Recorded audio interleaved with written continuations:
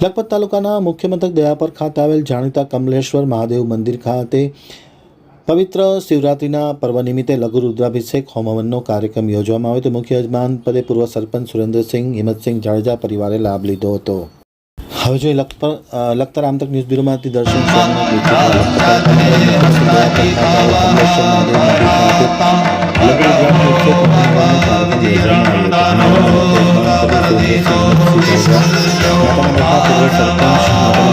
પંચાયત તેમજ મહાશિવરાત્રિ મહોત્સવ સમિતિના ઉપક્રમે આ કાર્યક્રમ યોજવામાં આવ્યો હતો। ઉમિયા માતાજી મંદિરથી કમલેશ્વર મહાદેવ મંદિર સુધી ગામની મુખ્ય બજારમાં વાજતે ગાજતે શોભાયાત્રા પણ કાઢવામાં આવી તેમજ મહાપ્રસાદનું પણ આયોજન કરવામાં આવ્યું હતું। મોટી સંખ્યામાં શિવભક્તો આ પ્રસંગે ખાસ ઉપસ્થિત રહ્યા હતા તેમજ યજ્ઞવિધિ દેવકૃષ્ણ વાસુએ કરાવી હતી।